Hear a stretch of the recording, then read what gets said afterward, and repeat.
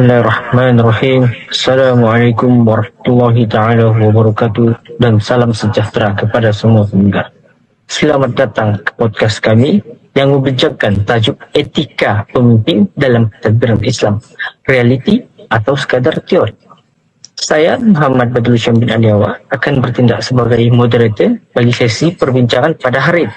Okey, bersama saya dua orang panel yang handsome dan hebat belaka. Yang mana panel pertama Muhammad Akmal Arif bin Kamilin dan panel yang kedua Muhammad Hafiz bin Lama yang akan berkongsi pandangan dan perbincangan berkaitan tajuk yang sangat penting ini. Okey, mengapa tajuk ini dipilih? Kerana pemimpin memainkan peranan yang besar dalam menentukan hala tuju sebuah organisasi, masyarakat dan juga negara.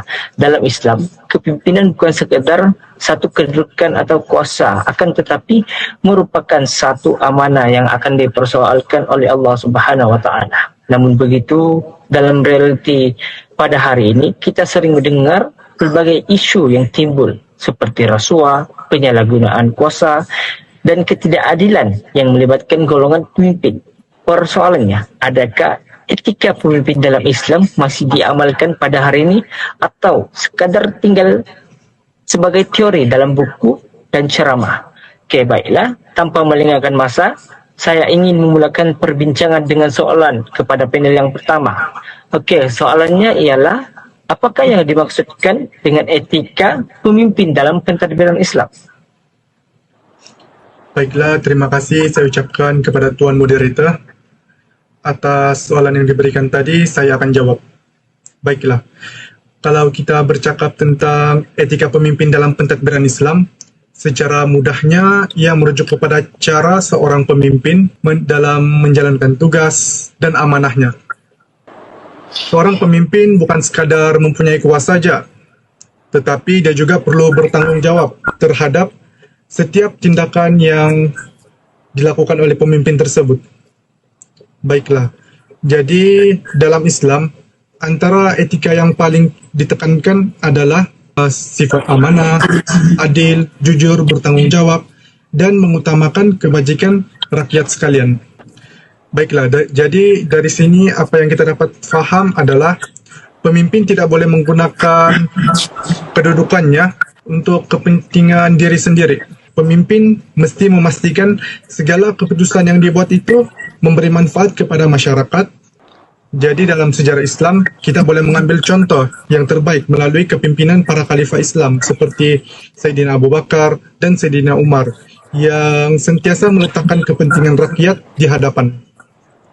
Jadi etika pemimpin dalam Islam bukan sekadar teori atau nilai moral biasa, tetapi ia juga merupakan satu amanah yang akan dipersoalkan oleh Allah Subhanahu wa taala di akhirat kelak. Baiklah, saya serahkan kepada moderator.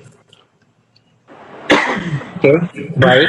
Terima kasih atas penjelasan yang diberikan oleh panel yang pertama. Okey, daripada penerangan tadi, kita dapat memahami bahwa etika pemimpin dalam pentadbiran Islam bukan sekadar berkaitan kuasa atau kedudukan, tetapi lebih kepada bagaimana seorang pemimpin melaksanakan amanah berdasarkan nilai-nilai Islam seperti amanah, keadilan, kejujuran dan juga tanggung jawab. Malah, contoh yang ditunjukkan oleh para khalifah seperti Sayyidina Abu Bakar dan Sayyidina Umar membuktikan bahwa kepimpinan ini dalam Islam bukan sahaja untuk memonopoli kekuasaan, tapi dia mengutamakan kebajikan rakyat dan kesejahteraan masyarakat. Okey, bercakap tentang ciri-ciri kepemimpinan yang baik, saya ingin mendapatkan pandangan daripada panel yang kedua. Okey, soalannya, apakah nilai utama yang perlu dimiliki oleh seorang pemimpin menurut Islam? Okey, terima kasih kepada panel kita, tuan moderator kita. Bismillahirrahmanirrahim. Okey, dalam pandangan saya bercakap berkaitan nilai-nilai utama yang patut dimiliki oleh seorang pemimpin menurut Islam. Jadi seorang pemimpin dalam Islam ini pada pandangan saya memerlukan 4 nilai utama yang menjadikan dia itu seorang pemimpin yang dihormati, yaitu nilai yang pertama, amanah, jujur, adil dan bertanggung jawab. Kerana pemimpin bukan sekadar mempunyai kuasa, tetapi sebenarnya memikul tanggung jawab yang besar terhadap rakyat dan perlu memastikan kebajikan masyarakat tersebut dijaga. Jadi selain daripada itu juga, Islam juga menekankan sistem syura, yang mana pemimpin perlu mendengar orang lain sebelum membuat sesuatu keputusan. Hal ini bertujuan pemimpin yang baik itu tidak hanya mementingkan diri sendiri, sebaliknya mengutamakan kepentingan rakyat dan memikirkan kesan terhadap setiap tindakannya terhadap masyarakat. Jadi kita dapat singkap, jika kita singkap dalam sejarah kepimpinan Islam sendiri, khalifah seperti Umar Al-Khattab sangat terkenal dengan sikap tegas, amanah dan praktik terhadap rakyatnya. Ini menunjukkan bahawa Islam memang menitik beratkan integriti dan keadilan dalam kepimpinan. Sekian, terima kasih. Oke, terima kasih atas perkongsian tersebut. Oke, seperti yang telah dijelaskan sebentar tadi, jelas bahwa seorang pemimpin dalam Islam ini bukan saja perlu mempunyai kemampuan untuk memimpin, akan tetapi juga perlu memiliki nilai amanah, keadilan, integriti, dan tanggung jawab, dan mengamalkan sistem syura. Oke, nilai-nilai inilah yang menjadi asas kepada pembentukan pentadbiran yang baik dan mendapat kepercayaan daripada masyarakat. Namun begitu, walaupun Islam telah menggariskan nilai-nilai kepemimpinan yang begitu jelas, namun kita masih sering mendengar pelbagai isu yang melibatkan pemimpin pada masa kini. Oke, jadi saya ingin membawa perbincangan kita kepada cabaran yang berlaku dalam dunia kepimpinan pada hari ini. Oke, soalan untuk panel yang pertama. Apakah cabaran utama yang menyebabkan berlakunya krisis etika dalam kalangan pemimpin hari ini, khususnya berkaitan rasuah dan juga penyalahgunaan kuasa? Baiklah, pada pandangan saya, antara cabaran terbesar yang menyebabkan krisis etika dalam kalangan pemimpin hari ini ialah yang pertama, godaan kuasa, dan yang kedua adalah kepentingan pribadi. Apabila seseorang pemimpin berada dalam kedudukan yang tinggi, mereka mempunyai akses kepada kuasa, pengaruh, dan pelbagai kelebihan. Jika tidak dikawal dengan baik, perkara ini boleh menyebabkan berlakunya penyalahgunaan kuasa dan rasuah. Selain itu, kita juga hidup dalam zaman yang sangat mementingkan kejayaan material. Kadang-kadang ada pemimpin yang terlalu fokus kepada keuntungan, populariti, atau kedudukan, sehingga perkara ini menyebabkan kepada mengabaikan nilai amanah dan keadilan. Oleh sebab itu, faktor ini menjadi kelemahan kepada pegangan agama dan kurangnya integriti dalam kalangan pemimpin. Hal ini boleh menyumbang kepada masalah yang disebutkan oleh moderator tadi. Jadi, jika sistem pemantauan dan accountability tidak dilakukan, seseorang pemimpin mungkin merasakan bahawa tindakannya untuk melakukan pecah amanah itu tidak akan diketahui oleh masyarakat umum. Jadi akhirnya pesan daripada perbuatan ini membawa kepada krisis etika dalam kalangan pemimpin. Hal ini boleh mencetuskan berlakunya kurang kepercayaan rakyat kepada pemimpin, dan perkara ini boleh mencalarkan imej seseorang pemimpin.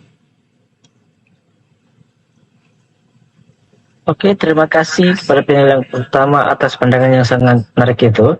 Oke, berdasarkan penjelasan tadi, kita dapat melihat bahwa godaan kuasa, kepentingan pribadi, serta kelemahan integriti merupakan antara salah satu faktor utamalah yang boleh menyebabkan seorang pemimpin menyimpang daripada prinsip etika yang sepatutnya diamalkan. Oke, lebih membangkang lagi apabila sistem pemantauan dan accountability tidak berfungsi dengan baik. Berbagai bentuk penyelewengan boleh berlaku sehingga menjejaskan kepercayaan masyarakat terhadap kepimpinan.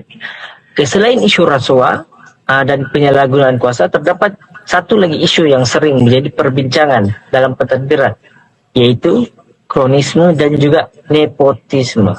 Oke, justru saya ingin mendapatkan pandangan panel kedua berkenaan perkara ini. Oke, soalannya berbunyi, bagaimana isu kronisme dan nepotisme memberi kesan kepada pentadbiran yang adil? Okey, baik.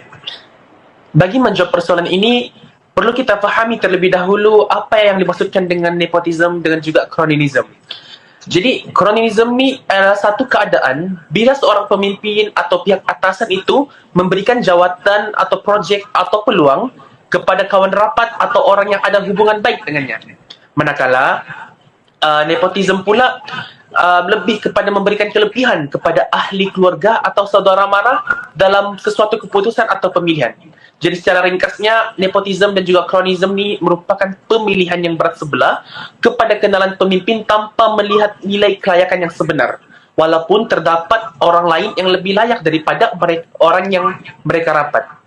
Jadi pada pandangan saya, cronyism dan nepotism ini boleh menjejaskan pentadbiran kerana jawatan atau peluang yang diberikan kepada orang yang rapat atau ahli keluarga, walaupun ada individu yang lebih layak. Baik, kita berbalik semula kepada soalan, iaitu bagaimanakah cronyism dan juga nepotism ini boleh menjejaskan pentadbiran yang adil. Okey. Apabila perkara ini berlaku, masyarakat akan hilang kepercayaan terhadap pimpinan dan sistem pentadbiran. Ramai yang akan merasa usaha ataupun kelayakan mereka ni tidak dihargai kerana hanya dipilih berdasarkan orang dalam.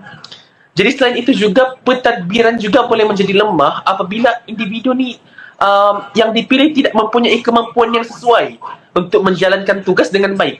Dalam Islam, pemimpin sepatutnya boleh berlaku adil dan memilih seorang berdasarkan kelayakan serta kemampuan, bukan hubungan pribadi. Sekian, terima kasih. Saya berikan semula kepada Tuan Moderator kita. Ya, terima kasih kepada panel kedua atas penjelasan tersebut.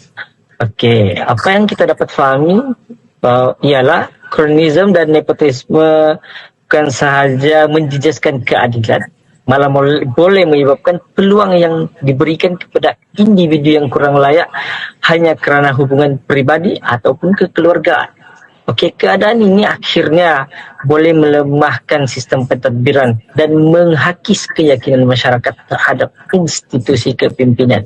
Okey, apabila kita melihat pelbagai cabaran yang telah dibincangkan seperti rasuah, penyalahgunaan kuasa, kronisme dan juga nepotisme, timbul satu persoalan yang sangat penting.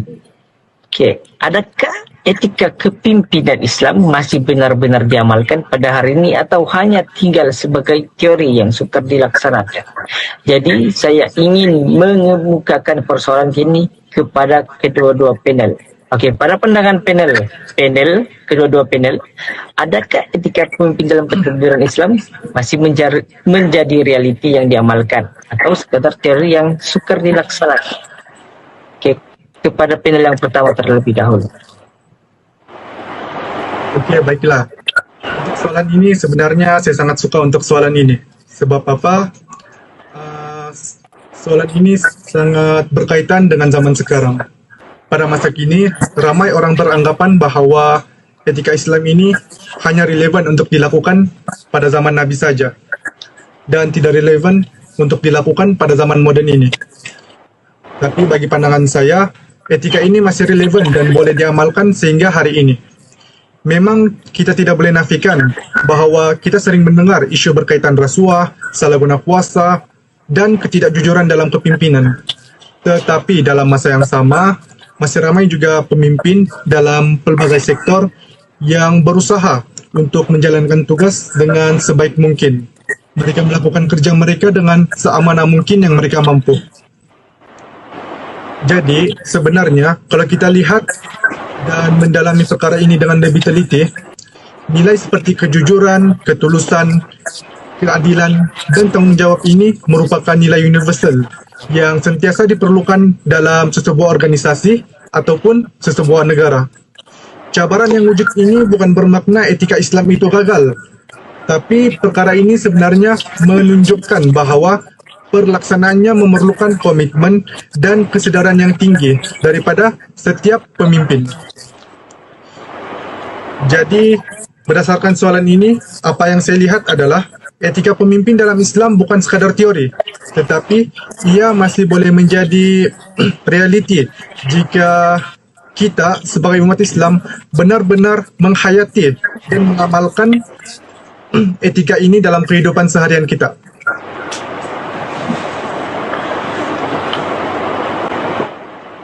Oke, teruskan dengan panel kedua. Okey, baiklah. Saya sangat bersetuju dengan pandangan panel kita yang pertama, iaitu Saudara Akmal. Ya, saya turut merasa bahawa pemimpin Islam masih wujud, kepimpinan Islam masih wujud dan diamalkan pada masa kini. Cuma mungkin belum dilaksanakan secara menyeluruh. Kita masih boleh lihat ada pemimpin yang menjaga amanah dan yang benar-benar berusaha berkhidmat untuk rakyat. Kita tidak boleh sapu rata semua pemimpin dikarenakan satu pemimpin yang rosak. Ya, mungkin kita akui ramai dalam kalangan pemimpin kita pada hari ini melakukan pecah amanah, rasuah, penyelewengan dan sebagainya. Namun kita perlu akui bahawa masih ramai dalam pemimpin kita pada hari ini yang berpegang dengan definisi pemimpin sebenar menurut Islam.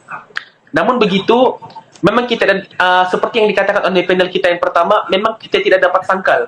Masih banyak isu seperti rasuah, salah guna kuasa dan kurang ketulusan yang menyebabkan masyarakat mulai mempersoalkan integriti setengah pemimpin pada hari ini, khususnya dalam kalangan pemimpin yang beragam Islam.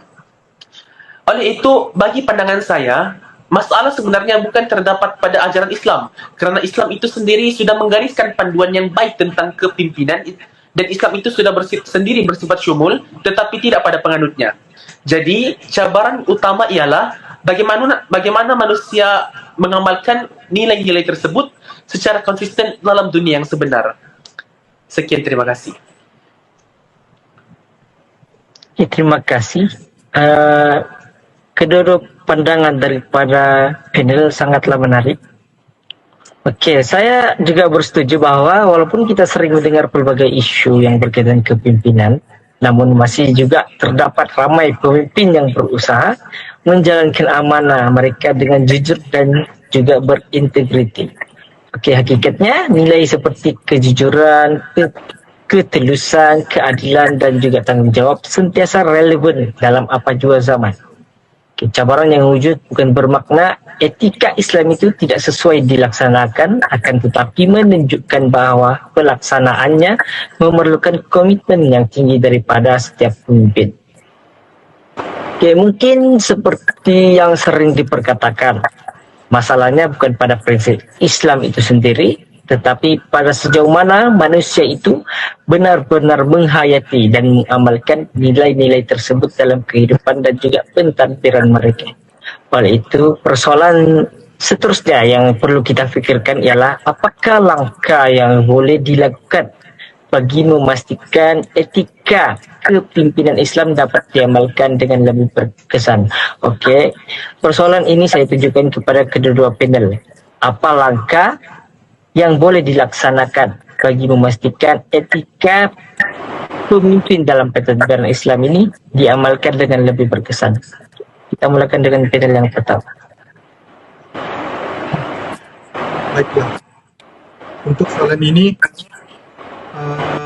bagi pandangan saya, bagi memastikan etika pemimpin dalam pentadbiran Islam itu dapat diamalkan dengan lebih berkesan, ada beberapa langkah yang perlu kita lakukan dan kita perlu ambil perhatian supaya perkara ini dapat dilaksanakan dengan lebih baik. Pertama sekali, pendidikan agama dan pembentukan akhlak perlu diterapkan sejak awal lagi. Sebab apa? Supaya bakal pemimpin yang akan datang ini dapat memahami bahawa kepimpinan ini merupakan satu amanah, bukannya satu keistimewaan. Kata pepatah Melayu, melentur buluh biarlah dari rebungnya. Selain itu, sistem tadbir urus yang telus dan berintegriti juga perlu diperkukuhkan. Sebagai contoh, setiap keputusan dan penggunaan dana awam perlu dipantau dengan baik bagi mengelakkan penyalahgunaan kuasa. Penguat kuasa undang-undang yang tegas juga perlu dilakukan supaya sesiapa yang cuba melakukan kesalahan tidak terlepas daripada hukuman yang setimpal yang perlu diberikan kepada orang yang tidak bertanggung jawab ini. Dalam masa yang sama, konsep syura atau perbincangan perlu diamalkan agar keputusan yang dibuat oleh seseorang pemimpin itu dapat menjadi lebih adil dan dapat mengambil kira semua pandangan orang lain. Masyarakat juga mempunyai peranan untuk menegur dan menilai pemimpin secara berhemat. Jadi, berdasarkan soalan ini, apa yang saya mau simpulkan adalah Etika kepimpinan Islam tidak akan berjaya hanya melalui satu teori atau satu slogan semata-mata sahaja. Perkara ini, kita perlukan usaha berterusan daripada pemimpin, institusi dan masyarakat awam agar nilai amanah, keadilan dan integriti ini benar-benar dapat menjadi budaya dalam pentadbiran kita. Itu saja soalan yang saya dapat bagi pandangan untuk soalan ini. Oke, kita teruskan dengan pandangan panel kedua. Oke, baik. Terima kasih kepada Tuan Moderator kita. Dan terima kasih juga kepada panel kita yang pertama atas huraian yang sangat jelas yang berkaitan pendidikan akhlak, tadbir urus yang telus, turut penguatkuasaan undang-undang. Oke. Saya sangat bersetuju dengan pandangan tersebut dan saya ingin menambah beberapa aspek yang lain yang juga merupakan tidak kalah pentingnya dalam memastikan etika pemimpin dapat diamalkan dengan lebih berkesan. Oke. Dari sudut tambahan, antara langkah utama ialah pengukuhan sistem hisbah ataupun boleh dikatakan check and balance dalam pentadbiran Islam. Okey. Hisbah merupakan berperanan dalam sebagai mekanisme ataupun pemantauan yang memastikan setiap tindakan pemimpin tidak terkeluar daripada batas etika dan bertanggungjawab. Jadi, dalam arti kata lain, hisbah ini bertujuan menjadi satu bentuk kawalan dalaman dan luaran supaya amanah kepimpinan tidak disalahgunakan. Okey. Selain itu, ketulusan dalam pentadbiran juga perlu diperkukuhkan.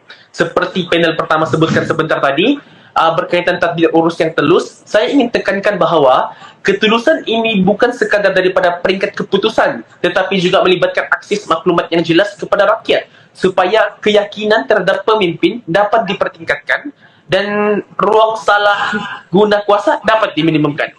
Akhir sekali, penguatkuasaan undang-undang mesti dilaksanakan secara adil dan tanpa pilih kasih. Hal ini penting agar setiap pelanggaran etika dalam kalangan pemimpin sendiri tidak dikecualikan daripada tindakan undang-undang, yang mana penguatkuasaan yang konsisten dan mengukuhkan integriti sistem pentadbiran secara keseluruhan.